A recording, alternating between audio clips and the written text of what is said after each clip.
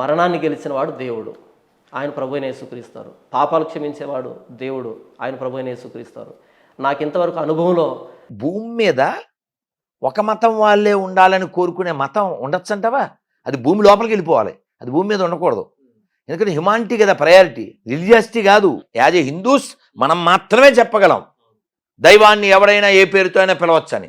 ఉదాహరణకి తను యేసు ప్రభువుని చెప్తుంది, యేసు ప్రభు నమ్ము నీ పాపాలు క్షమించబడతాయి అని తను చెప్పినప్పుడు ఎవరు చెప్పేవాళ్ళు? మా చెల్లి నాకంటే 1.5 సంవత్సరం చిన్న తను హాస్టల్లో ఉన్నప్పుడు ఒక వార్డెన్ ద్వారా యేసు ప్రభు పరిచయం అయ్యాడు తనకి.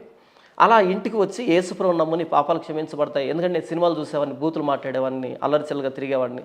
అలా తను చెప్పినప్పుడు నేనేమనేవానంటే, మా ఊరికి పక్కనే ఒక పుణ్యక్షేత్రం ఉంటుంది, హత్యరాల, దాని పేరు హత్యరాల, హత్యలు పోతాయని. అంటే మీ ప్రాపర్ ఎక్కడ, ఇఫ్ యూ డోంట్ మైండ్? నాది కడప జిల్లాలో పెనగలూరు మండలం అని, అక్కడ నేను పుట్టి పెరిగానన్నా. అక్కడ హత్యరాల అని ఉంటుంది. అంటే పరశురాముడు తల్లిని చంపిన తర్వాత, అంటే నరికిన తర్వాత ఆ కత్తికి చేతికి, నాకు పూర్తిగా తెలియదన్నా, నాకు తెలిసినది చెప్తున్నాను, ఆ కత్తికి ఆ తల అంటుకున్నప్పుడు ఎక్కడ తిరిగినా సరే అది ఊడిపోదు ఆయన చేతిలో నుంచి. అలా ఆయన ఎన్నో పుణ్యక్షేత్రాలు తిరిగాడు, ఊడిపోలేదంటే ఆ పాపం పోలేదు. ఎప్పుడైతే అక్కడికి వస్తే అక్కడ ఏదో ఎద్దు గిట్ట పట్టేంత ఒక చిన్న గొంత, అందులో నీళ్లుంటే అలా తగలగానే అక్కడ ఊడిపోయింది. కాబట్టి హత్య రాలిపోయింది, హత్యరాల అనేటువంటి ఒక స్థలం, అది పుణ్యక్షేత్రం అనమాట. ప్రతి సంవత్సరం వెళ్ళి అక్కడ మునిగేవాళ్ళం అనమాట. దీన్ని నేను ఎత్తుకున్నాను. యేసు ప్రభు క్షమించడం ఏంటి పాపాలని, మనకు దగ్గరలోనే హత్యరాలు ఉంది కదా, హత్యరాల్లో పాపాలు క్షమించబడతాయి కదా, ఎక్కడెక్కడి నుంచి వచ్చి ఇక్కడ పాపాలు పోతూ ఉంటే ఎక్కడి నుంచో యేసు ప్రభుని తీసుకొచ్చి పాపాలు క్షమించబడతాయి అంటావేంటి అని ఇటువైపు నుంచి నా వాదన అని చెప్పాను. తను కూడా నాకంటే చిన్నది కాబట్టి తను మౌనం వహించింది. ఒకరోజు నువ్వే తెలుసుకుంటావు అనేటట్టుగా వదిలిపెట్టేసింది. తను చెప్పింది, నేను వాదనలో గెలిచాను, నవ్వుకున్నావు, అంతా మా నాన్న కూడా భుజం తట్టి చాలా బాగా అడిగావు అనేటట్టుగా అనుకున్నాడు. కానీ ఆ మాట, తను చెప్తున్నటువంటి మాట నాకు లోపల తగిలింది. నేను అన్నటువంటి మాట తనకి అంతగా ప్రభావం చూపించలే. నిజంగా తను చెప్తున్నది పాపాలు క్షమించబడతాయని చెప్తుంది. నేను పాపం చేస్తున్నా కదా, ఇన్నిసార్లు వెళ్ళి మునుగుతున్నాను, కానీ నాకేమి పాపం పోయినటువంటి నిర్ధారణ ఏం జరగలేదు కదా, నేను వాదనకు మాత్రం వాదిస్తున్నా తప్ప నిజంగా దాన్ని నేను అనుభవించలేదు కదా అనేటువంటి, ఇలా ప్రతి సందర్భంలో తన మాట నన్ను లోపలికి తగిలేది. నేను మాట్లాడిన మాట తను దులుపుకొని వెళ్ళిపోయేది, ఒకరోజు తెలుసుకుంటావులే అనేటట్టుగా. ఇలా ఏంటంటే ఆ నిరంతరమైన వాదనలో ప్రతిసారి నేను లోపల ఓడిపోయేవాడిని, బయటికి గెలిచేవాడిని. అది నన్ను ఒప్పింపజేస్తుంది, నేను తప్పు చేస్తున్నాను అని. అలా రోజులు గడిచే కొద్ది అలా ఎంతవరకు జరిగిందంటే, తను 4వ తరగతి నుంచి ఇంజనీరింగ్ 3rd ఇయర్ వచ్చేంత వరకు. ఎందుకంటే మా ఆ హైందవ ధర్మాన్ని దానికోసం మేము ఇటువైపు నుంచి, తను యేసు ప్రభుని వాదించేది. అలా జరిగేదన్న. అలా 2010 నవంబర్ 26వ తారీఖు సాయంకాలం 6 గంటలకి నా చెల్లెలు నా ఒడిలో పడుకొని చనిపోయిందన్న. అనారోగ్య రీత్యా చనిపోయింది, మాది పేదరికం రీత్యా చనిపోయింది. అలా చనిపోయిన రోజు రాత్రి తను అంతవరకు చెప్పినటువంటి మాటలన్నీ ఆ రోజు రాత్రి నాకు గుర్తొచ్చాయి. సీరియస్గా ఆలోచించాను. అంతవరకు నేను ఎన్నో మరణాలు చూశాను కానీ, ఎంతోమంది చనిపోవడం చూశాను కానీ సీరియస్గా తీసుకోలే.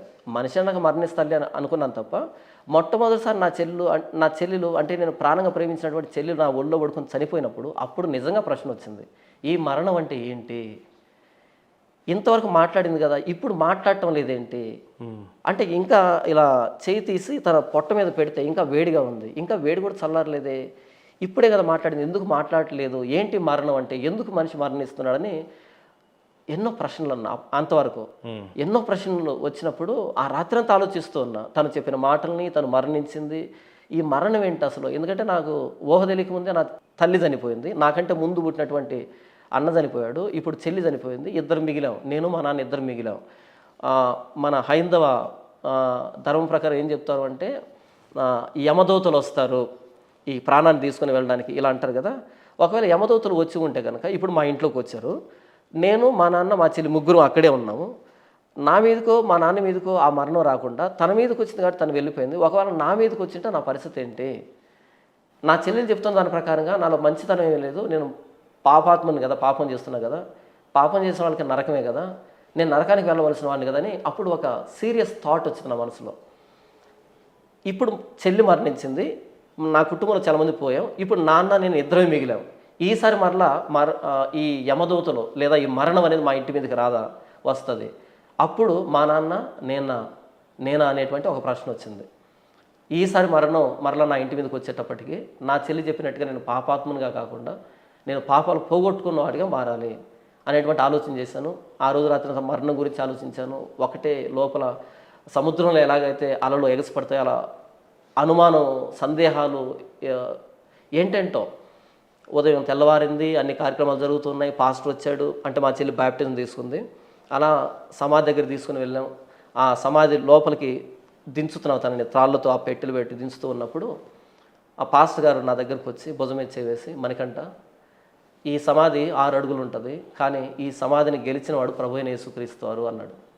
ఆయన తెలిసి అన్నాడు, తెలియకన్నాడు, ఎందుకన్నా నాకు తెలియదు, కానీ ఆ రాత్రంతా నేను ఏడుస్తున్నది, మరణాన్ని గెలిచిన వారు లేరా, అందరూ మరణించడమేనా, ఎవరు మరణాన్ని గెలిచి దాని మీద అధికారం సంపాదించడం లేడా అనేటువంటి ఒక బలమైన అనుమానం వస్తుంది.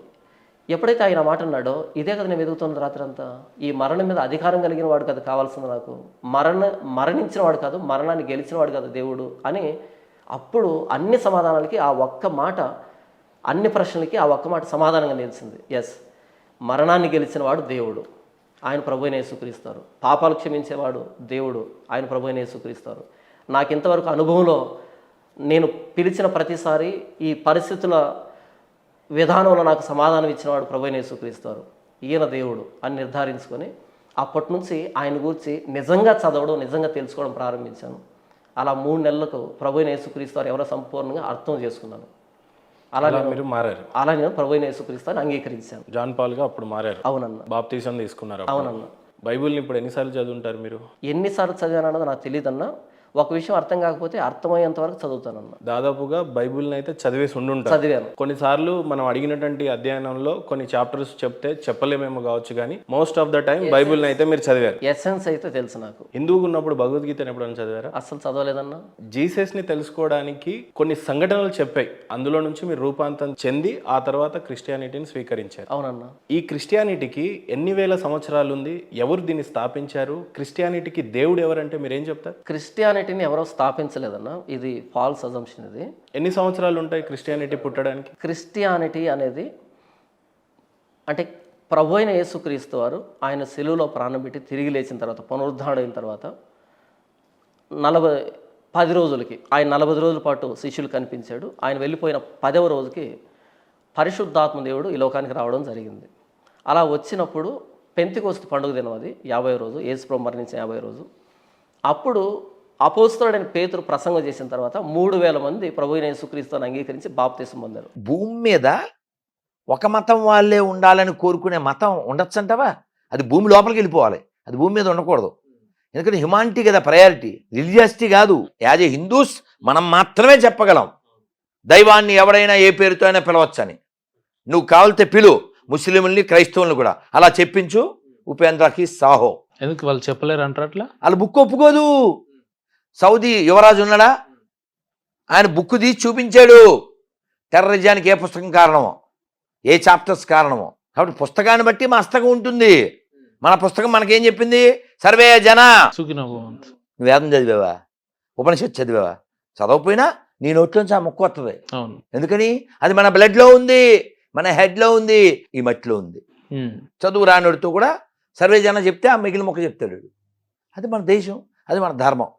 అందుకోసం చెప్పా, ఇది మన దేశం, ఇది మన దేశం, ఇది మన దేశము రన్నా, ఇది స్వర్గము కన్నా మిన్నా. కాబట్టి మర్చిపోకూడదు. నువ్వు అబ్దుల్ కలాం కంటే గొప్పడువా? గులాం నబీ ఆజాద్ చెప్పిన దాన్ని అబద్ధం అంటావా? ఉమర్ అబ్దుల్లా మొన్న అభిషేకం చేసింది రాంగ్ అంటావా? కాబట్టి ఈ దేశం బాగుండాలంటే హిందువులు మెజారిటీగా ఉండాలి. మత ఘర్షణలు ఈ మధ్య కాలంలోనే, ఇప్పుడు 4-5 ఏళ్ల నుంచి ఎక్కువైతున్న గురించి. అది నీ పిచ్చి మాట. 1000 ఏళ్ళ నుంచి ఉన్నాయి, నువ్వు అప్పుడు లేవంతే. ఇప్పుడు మత ఘర్షణే లేకపోతే గోపాలస్వామి గుడి పెద్ద మసీదుగా ఎలా మారింది? ఎవడు ఆక్రమించాడు? మత ఘర్షణ లేకపోతే శివాలయంలో నంది చూసే వైపు శివాలయం లేకుండా మసీదు ఎలా వచ్చింది? ఈ మధ్యలో ఎక్స్ట్రీమ్ అయిపోయింది అంటున్నా. తక్కువ అంటున్నా. మన వైపు నుంచి రియాక్షన్ చాలా తక్కువ, వెరీ పూర్. మనం తారాస్థాయికి వెళ్తే ఏ ఆక్రమించబడ్డా అవన్నీ గుళ్ళు అయిపోయి ఉండాలి. ఏం అవలేదుగా. మరి ఎట్లా గురుజీ వాళ్ళు చేసే మత ప్రచారం నుంచి మనం దూరంగా ఉండాలి, మనల్ని మనం జాగ్రత్త పరచుకోవాలి, అడిగే మనం చేసేది. చేయాల్సిన పనులు ఏంటి? నీ గతం ఏంటో నువ్వు తెలుసుకో, వాళ్ళ మతం ఏమిటో, వాళ్ళ మతం యొక్క ఉద్దేశం ఏంటో తెలుసుకో. ఎదవ అబద్ధాలు ఆడకు, ఎవడో పొట్టుడు చెప్పాడని. రఘుపతి రాఘవ రాజారాం అన్ని నాకెత్తాం అని పాటలు పాడకు. ఉమ్, మూడో లైన్ ఏంటి? రఘుపతి రాఘవ రాజారాం పతిత పావన సీతారాం. మూడో లైన్ పచ్చి అబద్ధం. కానీ ప్రూవ్ ఇట్. ఉమ్. మూడో లైన్ ఏంటి? ఈశ్వరుడు అల్లా నీ పేరు. ఏదైనా ఒకటే. అవునా? ఉమ్, అది చెప్పించు ఒకసారి. ఓవైస్తో, ఓకే, అబ్దుల్లాతో చెప్పించు, సల్మాన్తో చెప్పించు, షారుఖ్తో చెప్పించు. వీళ్ళు చెప్పరు. మరి నీకెందుకురా?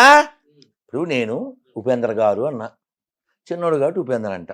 యారా ఉపేంద్ర అంటే టూ మచ్ కదా, అది రాంగ్ కదా, రెడిక్యులస్ కదా. అట్లా గౌరవం అనేది ఇచ్చిపుచ్చుకోవాలి. ఎట్లా గురుజీ ఈ మధ్యలో ఒక వార్త చూస్తున్నాం, భవిష్యత్తులో క్రైస్తవులు రాధా మనోహర్ దాస్ గారిని చంపేస్తారు అనేది బాగా వింటున్నాం. ఎట్లా మరి థ్రెటనింగ్ ఫీల్ అవుతున్నారా? ఇబ్బంది అనిపిస్తుందా?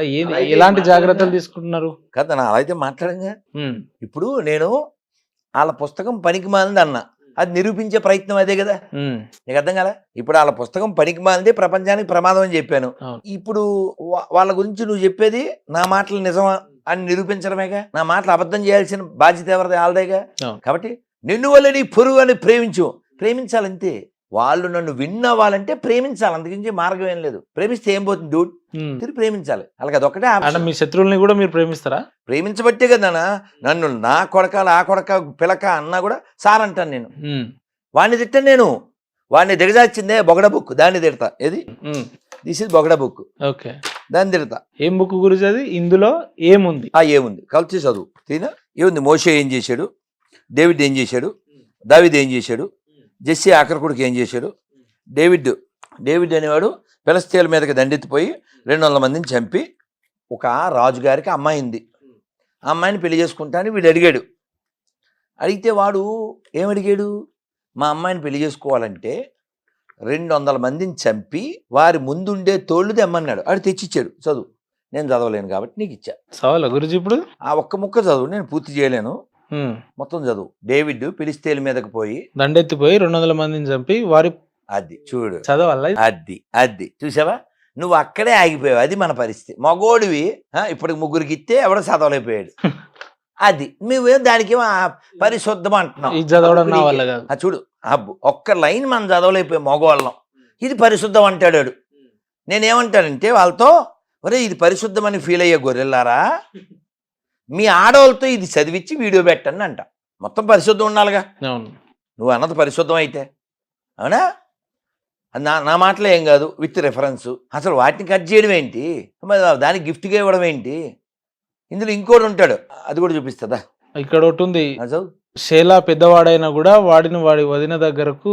అది ఆహా. అది ఆ విధంగా ముందుకెళ్ళాలి. వద్దులే గురుజీ, ఇది నాకు కుదరట్లేదు కానీ. అది నీకేది ఎవరికి కుదరదో, అర్థమైందా? ఎవరికి కుదరదు, అంత దరిద్రం అది. అందుకే ఈ దరిద్రం ప్రపంచానికి దరిద్రం. అందుకే చాలా దేశాలు ఈ దరిద్రం వదిలేస్తున్నారు. మరి ఇలాంటి సెంటెన్స్ పట్టుకొని పరిశుద్ధ గ్రంథం అనేది ఎట్లా అంటున్నారు మరి వాళ్ళు? అందుకే అది అశుద్ధం అని చెప్తున్నా, పరిశుద్ధం కాదు. ఇప్పుడు